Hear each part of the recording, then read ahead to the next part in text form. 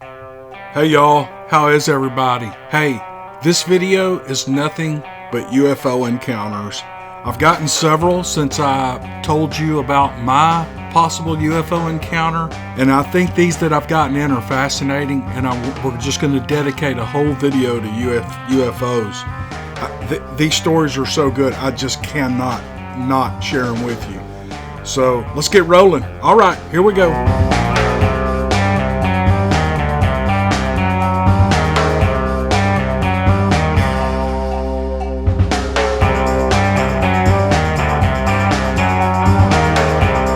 Here's the thing about these UFO encounters. People that have sent me these encounters, they want to remain anonymous, just like the Bigfoot people and the Dogman people do. So this first story is sent to me by an anonymous source. I have his name, but he asked me to keep his name out of it. He writes, I used to work in law enforcement. Before I was a police officer in a patrol division, I started out in the telecommunications as a 911 dispatcher. Dispatching was not dangerous like being a policeman, but it was twice as stressful and 3 times as busy. We received all the calls that came into the department and sent medical, fire, and police to their respective calls. We also dumped, broomed, or swept away all the BS calls that wouldn't have come to 911, like civil cases, etc. The day and evening shifts had many dispatchers and a supervisor on duty, and the midnight shift only had 1 dispatcher, or sometimes 2 on a busy night. I worked the midnight shift, and most of the time I worked my 10-hour shift alone. This made it difficult, if not impossible, to take a lunch break, let alone 2 15-minute breaks. So I would always eat when I could at the console, a bite here, a drink there. I know it sounds strange, but it worked out fine, and I really didn't care. The problem was if I wanted to have a cigarette. Dispatch was on the 2nd floor of the building, so there's no way to go out for a cigarette with nobody to watch the desk. However, just outside the door of dispatch was the sheriff's private office, and just down the hall about 20 feet was his private entrance. Nobody was allowed to use his private entrance but him. We definitely weren't allowed to smoke out there because a couple of times people were out there and got a call, they would just throw their cigarette butt on the ground and run for dispatch.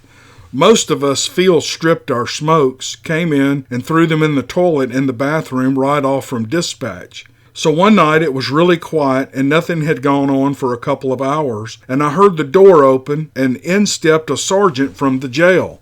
We talked for a few minutes and we decided to step out on the steps of the sheriff's private entrance and have a cigarette. We weren't out there but just a couple of minutes when I looked up. I didn't hear anything, I just looked up. When I did, I saw a craft about the size of 2 tennis courts that was coming over the building and heading in the direction that we were facing. I said, "What the hell is that?" He looked up and said, "Holy crap." The more it came into view, the bigger it was. It looked strange. It was only maybe 500 feet off the ground, but it was semi-translucent, meaning you could see through it because I could see the stars through it. But the edges of it, you couldn't quite see through it. It never made a sound, and it slowly went over us and continued on over the building and out of sight. We ran back inside and discussed this for a few seconds, and neither of us had any answers, so I called the Air National Guard base in town. We had the direct number to the control tower, and when the man answered, I read off the code that I was supposed to, and he knew he was talking to a law enforcement dispatch. He asked how he could help, and I returned with, "Do you have anything over the city right now?" He said, "No.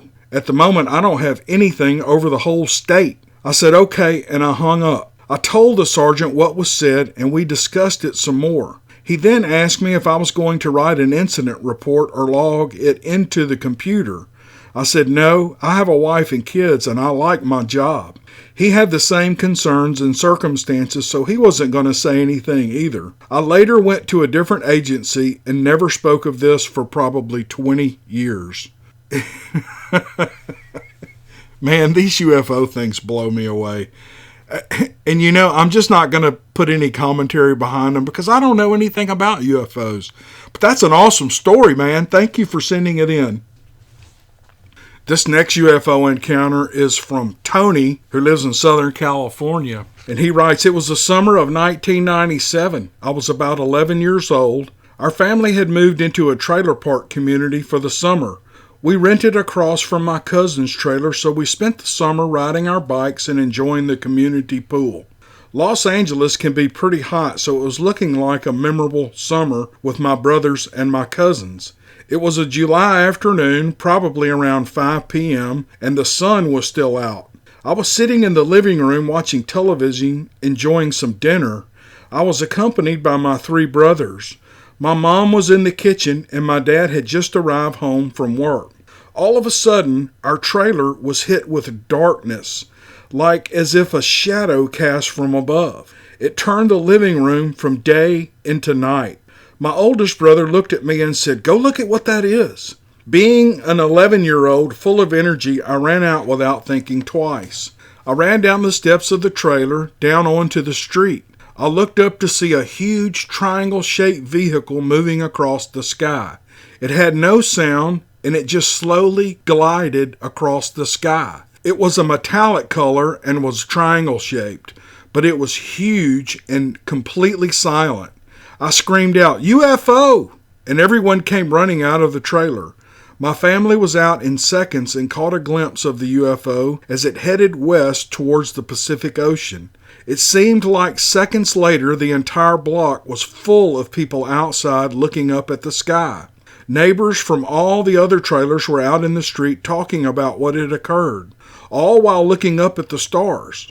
The light quickly turned into night sky, and some people still remained outside asking questions. Some contacted law enforcement on the spot, to which we were laughed at as being nothing. As we settled into our living room, still shocked at what we saw, we got a knock at the door. It was our neighbor. She was an old retired teacher, and my best guess was that she was in her 70s, probably her 80s at the time. She asked who was the one who ran outside to see the saucer. Everyone just kind of looked at me. She bent down and told me, "I was in my window and I saw you run outside. I saw the saucer up in the sky from my view, and I know you are not lying." As an adult now, I can still remember that day like it was yesterday. We moved out that September from the trailer community and settled closer to the beach. I have had one other encounter as an adult, which I'll write about at another time. I've grown fascinated about the unknown over the years, which has brought me to here. I've done a little research about UFOs in Southern California, and it seems to be a hot spot for encounters, especially with a rumor that there's an underground base off Catalina Island with eyewitnesses seeing saucers dive into the water without making a splash. Anyway, I hope you guys like the small story of mine that I will never forget. Oh my gosh, these UFO stories are so awesome. Yes, we enjoyed it. Thank you for sending it in. I really, really appreciate this. This is great stuff for me. I'm having the best time. All right, let's move on to the next one. It's a good one. This next encounter is sent to me from Barbara, and this is really good. You need to stay with it to the end because there's a twist at the end that I thought was really cool. Scary for her, but it's an interesting story. She says, "I discovered your YouTube channel just recently. Today I heard the episode where you tell of your UFO story.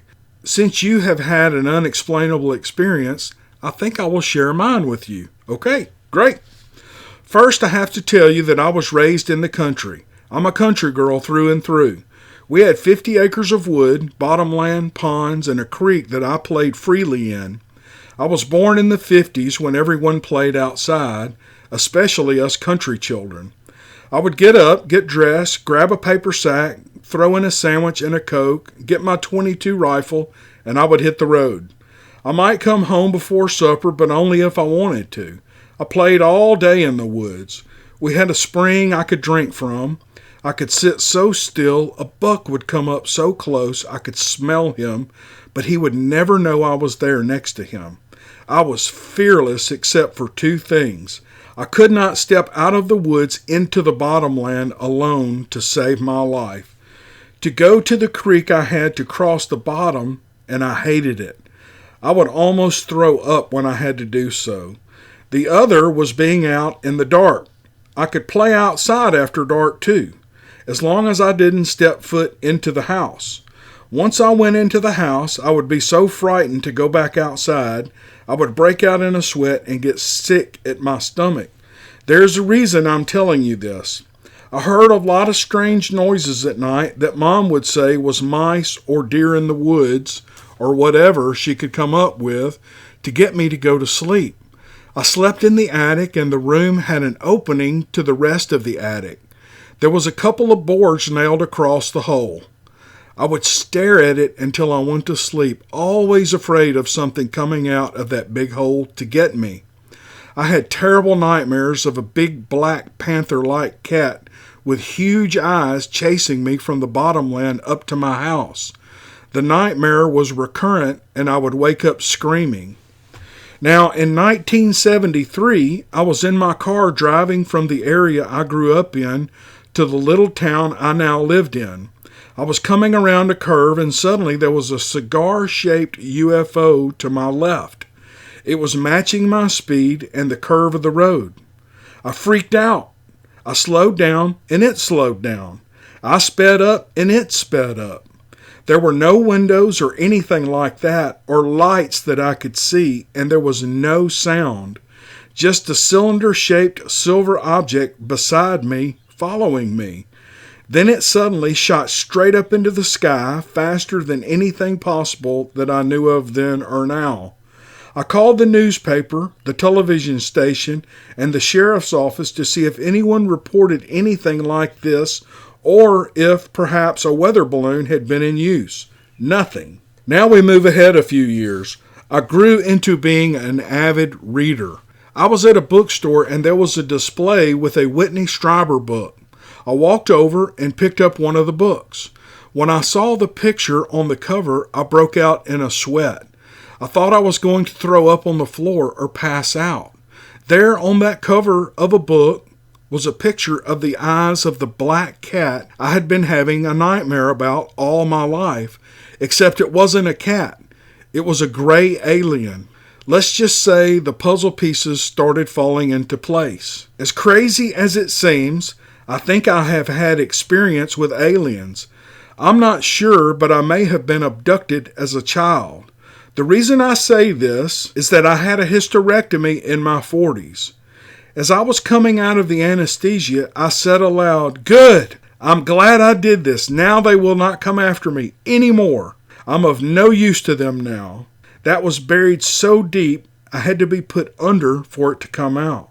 That may be one of the craziest stories in recent memory that I've heard or read. You know, I don't know much about these UFOs, and I've never really done much reading on them. I think they're interesting, but it seems to me that it's confusing to me because there are so many theories and so many, avenues of study that it gets confusing to me.